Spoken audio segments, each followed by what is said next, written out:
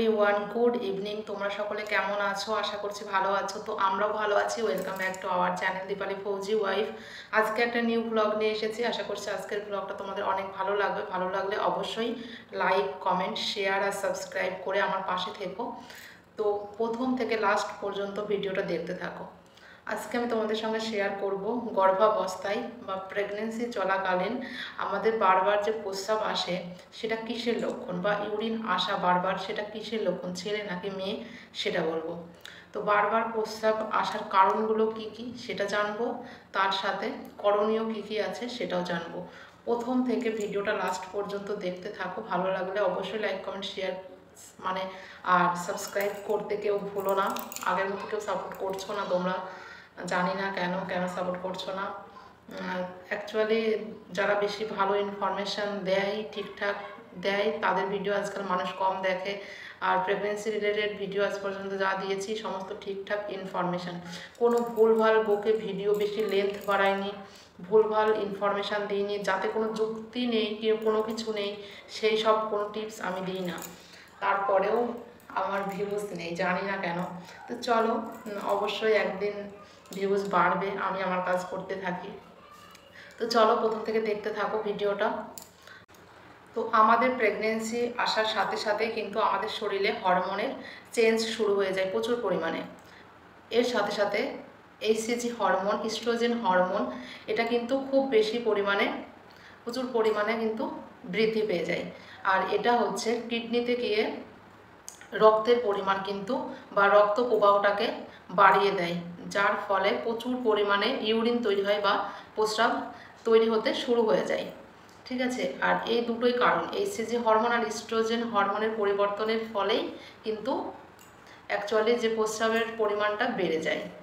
Next হচ্ছে আমাদের কিন্তু শরীরকে হাইড্রেট রাখতে হয়, তাই প্রেগনেন্সিতে খুব বেশি পরিমাণে জল খাওয়ার প্রয়োজন পড়ে। মানে দিন গেলে 8 থেকে 10 গ্লাস বা 3 থেকে 4 লিটার জল খাওয়া আমাদের প্রেগনেন্সিতে খুবই জরুরি, বা শরীরকে হাইড্রেট রাখতে হয় যাতে বাচ্চা ঠিকমতো পুষ্টি পায় বা জলের থলিতে জলের কোনো পরিবর্তন না হয়, বা জলের এএফ যে মাত্রা, যেটা অ্যামোনিয়েটিক ফ্লুইডের মাত্রাটা ঠিক রাখার প্রয়োজন পড়ে, বা শরীরকে হাইড্রেট রাখার প্রয়োজন পড়ে। তো এই যে জলের পরিমাণ দিন দিন আমাদের বেশি খেতে হচ্ছে, সেই জন্য কিন্তু প্রচুর পরিমাণে আমাদের ইউরিন পাস করতে হয় বা প্রস্রাব করতে হয়। নেক্সট হচ্ছে জরায়ু আকারে বৃদ্ধি পায়। বাচ্চাটা যত দিন দিন বড় হবে, জরায়ুটা তত কিন্তু দিন দিন বড় হতে থাকবে। আর এই জরায়ু বড় হতে হতে কিন্তু যে মূত্রাশয় থাকে বা মূত্রনালী থাকে, তাতে কিন্তু জরায়ু চাপ দিতে থাকে। আর এই চাপের ফলে আমাদের প্রস্রাবের চাপটা বেশি পাই বা ঘন ঘন প্রস্রাব করতে হয় আমাদেরকে। এইবার বলবো যে করণীয় কি আছে। আমরা সকলেই জানি যে আমাদের শরীরকে হাইড্রেট রাখার জন্য বেশি পরিমাণে জল খেতে হয়। আর প্রেগনেন্সিতে শরীরকে হাইড্রেট রাখা ভীষণ জরুরি, বাচ্চাকে ঠিক রাখতে গেলে, নিজের শরীর ঠিক রাখতে গেলে, সেই জন্য। আর যাতে আমাদের মূত্রাশয়ে কোনো সংক্রমণ না হয়, যোনিতে কোনো ইনফেকশন না হয় বা জ্বালাপোড়া ভাব না হয়, সেই জন্য জলটা কিন্তু খুব বেশি পরিমাণে আমাদেরকে খেতে হয়। তো সেই জন্য জল আমাদেরকে খেতে হবে, দিনের বেলায় অবশ্যই বেশি পরিমাণে খেতে হবে।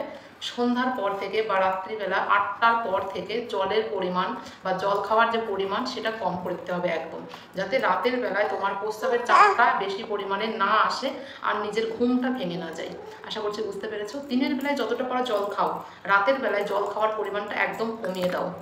প্রেগনেন্সিতে আমরা সকলেই জানি কফি বা অ্যালকোহল বা ক্যাফেন জাতীয় যে খাবারগুলো রয়েছে সেগুলো কিন্তু প্রেগনেন্সিতে খাওয়াটা খুবই ক্ষতিকর। তো এগুলো একদমই খাবে না, বিশেষ করে রাত্রের দিকে তো খাবেই না। আর সপ্তাহে একদিন যদি মনে হয় যে কফি খাবে তাহলে খেতে পারো, কিন্তু একদম মানে প্রত্যেক দিন কোনো সময়ের জন্যই কফিটা বা অ্যালকোহল জাতীয় খাবারগুলো কিন্তু খাবে না। এতে আমাদের শরীরে যে জলের পরিমাণ থাকে সেটা কিন্তু কমিয়ে দেয়, তাই প্রেগনেন্সিতে এগুলো এড়িয়ে চলাই ভালো। সেকেন্ড হচ্ছে, এছাড়াও যদি আমাদের ঘন ঘন প্রস্রাব তো প্রেগনেন্সিতে পেতেই থাকে, তো প্রেগনেন্সিতে ঘন ঘন প্রস্রাব পেলে সব সময় চেষ্টা করবে যখনই পাবে সঙ্গে সঙ্গে ইউরিনটাকে বাইরে পাস করে দেওয়ার। তার কারণ হচ্ছে ইউরিনটাকে যদি তুমি চেপে ধরে রাখো, পেট শক্ত হয়ে যেতে পারে, বাচ্চা মুভমেন্ট কম করতে পারে, তলপেটে ব্যথা হতে পারে। তাছাড়াও মূত্রনালীতে কিন্তু সংক্রমণ, ইনফেকশন হওয়ার চান্স বেড়ে যায়, যার কারণে সঙ্গে সঙ্গে প্রস্রাব পেলে সেটা বাইরে পাস করে দেবে। ঠিক আছে। থার্ড হচ্ছে, এছাড়াও আমাদের কেগেল যে ব্যায়ামটা আছে সেটা বা পেলভিক ফ্লোর ব্যায়াম, এই দুটো ব্যায়াম তোমরা করতে পারো। এতে করলে কি হবে, মূত্রনালী বা আমাদের মূত্রাশয়ের চারপাশের যে পেশিগুলো থাকে সেগুলো শক্তিশালী হয়ে ওঠে, আর মূত্র যে বারবার পাস করার ব্যাপারটা থাকে বা প্রস্রাব পাস করার ব্যাপারটা থাকে সেটা কিন্তু একটু হলেও কম হতে পারে। তো সেইগুলো কিন্তু মেনটেন করতে পারো তোমরা। এছাড়াও যদি সাথে জ্বর আসে, তল পেটে ব্যথা করে, মাথা ব্যথা করে, যদি প্রস্রাব করার সময় জ্বালা পোড়া হয়, ভেজাইনাতে জ্বালা পোড়া হয়, এই সমস্তগুলো যদি হয় তাহলে তোমরা অবশ্যই সঙ্গে সঙ্গে ডক্টরের সাথে যোগাযোগ করবে, ডক্টরের সঙ্গে দেখা করবে, কথা বলবে। ঠিক আছে? আর আমি এই যে টিপসগুলো তোমাদেরকে বললাম এগুলো 100% সঠিক টিপস, এগুলো একদম ঠিকঠাক টিপস। এর থেকে কোনো ভুলভাল টিপস আমি তোমাদেরকে দিই না, দেবো না। এবার আমি তোমাদেরকে বলি, এই যে বারবার প্রস্রাব আসা, এটার সঙ্গে ছেলে মেয়ে হওয়ার কোনো সম্পর্ক নেই। এটা প্রস্রাবটা বারবার আসে জরায়ু বৃদ্ধির কারণে, বাচ্চা বড় হচ্ছে, জরায়ু বড় হচ্ছে, মূত্রাশয়তে চাপ পড়ে, যার জন্য বারবার প্রস্রাব আসে। এছাড়া আমরা বেশি বেশি জল খাই, খাবার খাই, জুস খাই, সমস্ত কিছুই খাই প্রেগনেন্সিতে, তো সেই জন্য বারবার প্রস্রাব আসে। তো এর সাথে ছেলে মেয়ে হওয়ার কোনো সম্পর্ক নেই। আশা করছি আজকের ভিডিওটা তোমাদের ভালো লেগেছে। ভালো লাগলে অবশ্যই লাইক, কমেন্ট, শেয়ার, সাবস্ক্রাইব করে আমার পাশে থেকো। তোমরা কী ধরনের ভিডিও চাইছো অবশ্যই কমেন্ট করো, তোমাদের সেই ধরনের ভিডিও নিয়ে আসার চেষ্টা করব। ঠিক আছে, চলো বাই, আজকের ভিডিওটা এখানে শেষ করছি।